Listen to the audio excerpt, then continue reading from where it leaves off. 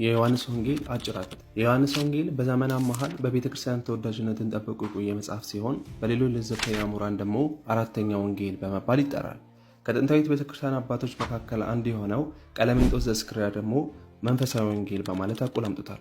ይህንን ያለበት ምክንያት ሐዋርያው ዮሐንስ የጻፈው በመንፈስ ቅዱስ አነሳሽነት ነው ብሎ ስላመነ እንደነበረ የሐሳቤ ዘቂሳርያ ዘገባ ያሳያል።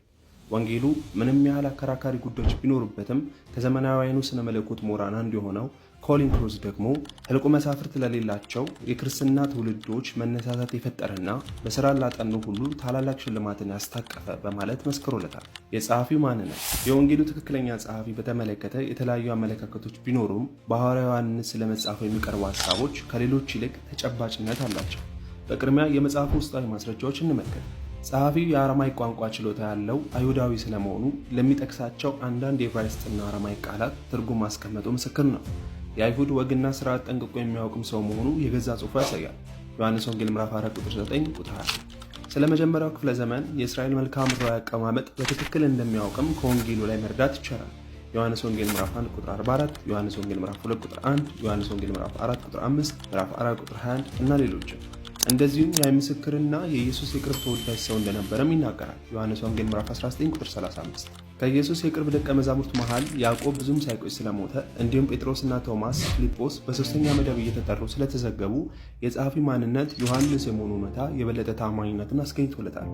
ከመጽሐፍ ቅዱስ ውጭ ያሉ ማለት ነው። በአጭሩ ስንዳስስ ደግሞ የጥንት ቤተክርስቲያን አባቶች ምስክርነት እናገኛለን። ከላይ እንደተመለከትነው ሐሳቤ ዘቂሳርያ በዘገበው መሰረት የእስክንድርያው ቀለሜንጦስ ይህንን ወንጌል መንፈሳዊ ወንጌል በማለት ጠርቶታል። ቀለሜንጦስ ወንጌሉን በዚህ ስም የጠራው ዮሐንስ ወንጌሉን የጻፈው በደቀ መዛሙርት ተገፋፍቶና በመንፈስ ቅዱስ ተነሳስቶ እንደሆነ በማመኑ ሐሳቤ ጨምሮ ይዘግባል። ቀለሜንጦስም አራተኛ ወንጌል የተጻፈው በሐዋርያው ዮሐንስ እንደሆነ ያምን ነበር። የሐዋርያው ዮሐንስ ደቀ መዝሙር የነበረው ፖሊካርፕ ከፖሊካርፕ እግር ስር የተማረ ኢራኔስ ደግሞ ወንጌሉ የተጻፈው በተወደደው ደቀ መዝሙር ዮሐንስ መሆኑና የጻፈውን በኤፌሶን ሳለ እንደነበረ ተናግሯል። በተጨማሪም ደግሞ የተወሰኑትን የአዲስ ኪዳን መጽሐፍ ዝርዝር ይዞ የተገኘውና ከ180 እስከ 200 ዓመተ ምህረት ድረስ እንደተጻፈ የሚገመተው የሙራቶሪያን ጽሑፍ አራተኛ ወንጌል በዮሐንስ እንደተጻፈ ይመሰክራል። ዮሐንስ ወንጌሉን እንደተጻፈው ለሚለው ጥያቄ የጽሑፍ ታማኝ ዝርዝር ባይኖረውም ወንጌሉ በተጻፈባቸው ዓመታት ውስጥ ጸሐፊው ዮሐንስ መሆኑ ይታመን እንደነበረ ያሳያል። በመሆኑም ከውስጣዊ ማስረጃዎች ጸሐፊው ፍልስጤም ምድር ውስጥ የሚኖር አይሁዳዊ መሆኑ፣ የኢየሱስ ዓይን ምስክር መሆኑ፣ ከ12ቱ ደቀ መዛሙርት አንዱ መሆኑና ከጽሑፉ ዝርዝሩ በመነሳት ጸሐፊው ዮሐንስ እንደሆነ መገመት እንደሚቻል ስንረዳ ከውጫዊ ማስረጃዎች ደግሞ ዮሐንስ ለተጻፈበት ዘመን የሚቀርቡ አባቶችና ተጨማሪ ጽሑፎች የዮሐንስን ጸሐፊነት እንደሚደግፉ መገንዘብ ይቻላል። ዮሐንስ ወንጌል በራሱ ዮሐንስ መጻፉ የሚጠራጠሩ ምሁራን ቢኖሩም ከላይ ባየናቸው ማስረጃዎች መሰረት ጸሐፊው ሐዋርያው ዮሐንስ መሆኑን ተቃውሞ በብቃት የሚቆምና ተለዋጭ ጸሐፊ በእርግጠኝነት የሚያቀርብ መከራከሪያ ግን ሊገኝ አይቻልም። የተጻፈበት ዘመንና ስፍራ ልክ እንደ ጸሐፊ ማንነት ሁሉ በዘመናችን ምሁራን ዘንድ ወንጌሉ መቼ እንደተጻፈ የማያበራ ክርክር ይደረጋል። አንዳንዶች የጻፈው በሁለተኛው መቶ ክፍለ ዘመን መካከል ዓመታት ውስጥ ማለትም ከ150 አካባቢ እንደሆነ በማንሳት ይከራከራሉ። ይሁን እንጂ የስነ ቁፋሮ አርኪኦሎጂ ጥናት የሚያሳየው ዮሐንስ ወንጌል የተጻፈው በመጀመሪያው ክፍለ ዘመን መገባደጃ ላይ እንደሆነ ይናገራል። ዮሐንስ ወንጌል የመጀመሪያው ክታብ ፓፒረስ 52 የሚባል ሲሆን የምዕራፍ 18ን የተወሰኑ ክፍሎች የያዘና በ130 ዓመተ ምህረት አካባቢ እንደተጻፈ የሚገመት ቁራጭ ብራና ነው። ቀጥሎ ከምዕራፍ 1 እስከ 14 ድረስ ያለውን አብዛኛውን ክፍል የተቀሩትን ምዕራፎች በከፊል የያዘው ፓፒረስ 66 እንዲሁም ከምዕራፍ 1 እስከ 11 እና ከምዕራፍ 12 እስከ 15 ድረስ የያዘውን ፓፒረስ 75 ከጥንታዊ ዕደ ክታባት ይመደባል። እነዚህ ዕደ ክታባት ከሁለተኛው ክፍለ ዘመን መጨረሻ ይመዘዛሉ።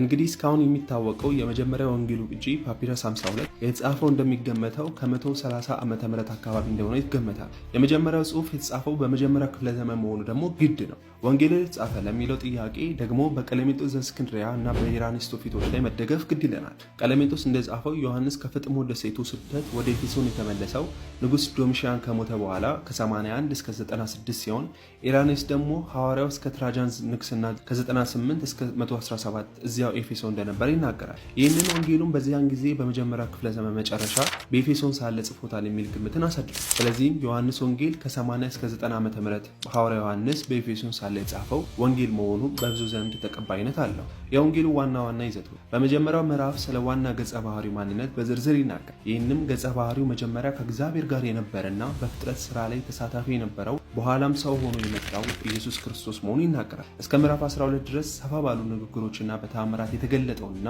በልጁ ለሚያምን ሁሉ የዘላለም ሕይወት የሚሰጥ አባቱን የተረከው ኢየሱስ ክርስቶስን በተዋበ የመክፈቻ ንግግር መልክ እናገኛለን።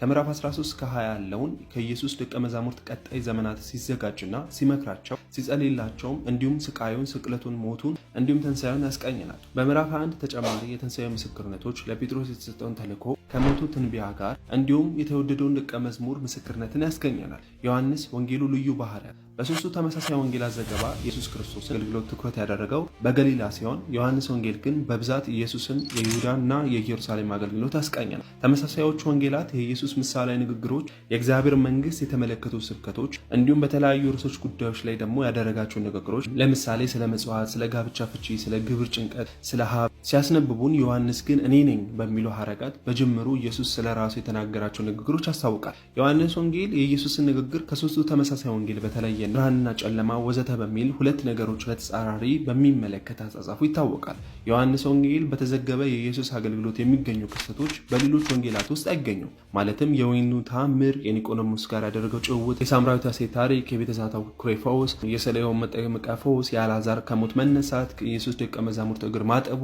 እንዲሁም ኢየሱስ ከጲላጦስ ያደረጉት ዘለግ ያለ ንግግር የሚገኙት በዮሐንስ ወንጌል ብቻ ነው።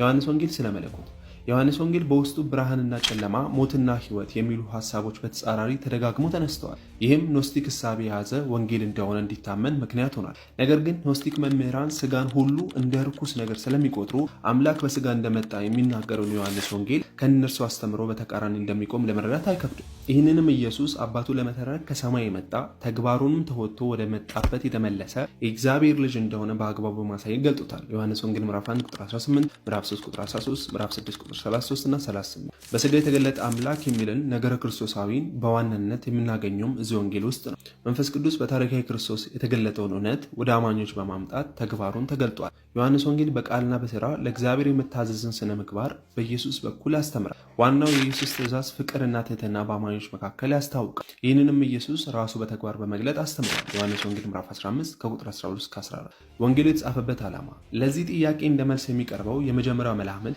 ዮሐንስ ወንጌልን የጻፈው ለሶስት ወንጌላት ተጨማሪ ድጋፍ ይሆን ዘንድ ነው ይላል። በዚህ መላምት መሰረት ሐዋርያው ከእርሱ በፊት የጻፉትን ሶስት ወንጌላትን በተመለከተ ጊዜ ይዘታቸው አላረከውም። ስለዚህ ወንጌሉ በዚህ መልኩ ጻፈው። ነገር ግን ወንጌሉ በሶስት ወንጌላት ላይ ጥገኝነት ባለማሳየቱ ይህ መላምት ብዙ ጊዜ ውድቅ ይደረጋል። ሌላው ታሳቢ ዓላማ ደግሞ ዮሐንስ ወንጌልን የጻፈው የማያምኑ አይሁዳውያንን ለመዋጋት ነው ይላል። እንደ ማስረጃም አይሁድ የሚለው ቃል ከሌሎች ጸሐፊያን ይልቅ ዮሐንስ በጥቅም ላይ በጣም መዋሉ ይቀርባል። ነገር ግን ይህ የወንጌሉ አንድ ትኩረት እንጂ ዋና ዓላማ አይደለም በማለት ውድቅ ይደረጋል። የወንጌሉ ዓላማ በዚህ ደረጃ የሚያመራምር ሆኖ ቢገኝም ጸሐፊው ግን ለአንባቢያኑ ሊናገር የፈለገው ነገር በግልጽ አስቀምጧል። ኢየሱስ እርሱ በአባቱ ተልኮ ከሰማይ መጣ፣ ኢየሱስ ክርስቶስ የእግዚአብሔር ልጅ መሆኑን ማስረዳት የዮሐንስ ወንጌል ዋና ዓላማ ነው። ለዛሬዎቹ አማኞች ዮሐንስ ወንጌል የሚሰጠው ጥቅም ልክ ቀድሞ ለመጀመሪያዎቹ ተደራሲያን ጠቅሞ እንደነበረው ለእኛ ለዛሬዎቹ አንባቢያን የኢየሱስ ክርስቶስን የእግዚአብሔር ልጅነት በማስረዳት ነገረ ክርስቶሳችን እንድንቃ ያስችነናል። እንደዚሁም ከእግዚአብሔር ጋር ትክክለኛ ግንኙነት መመስረት የሚቻልበትን የመታዘዝ ልብም ዛሬም ከኢየሱስ ክርስቶስ አገልግሎት እንድንማር እንድንተገብረው ያግዘናል። በተጨማሪም አማኞች እርስ በርሳቸው የመዋደድና በአንድነት የሚኖራቸውን ጥቅም ሲያስተምረን መንፈስ ቅዱስ በእኛ ሕይወት ውስጥ የሚሰራውን ታላቅ ስራም በየዕለቱ ያስገነዝበናል። ይህ ነው ለዛሬዎቹ አማኞች የወንጌሉ መልእክት የሚሰጠን ጥቅም። ጸጋ ሰላም ይብዛላችሁ።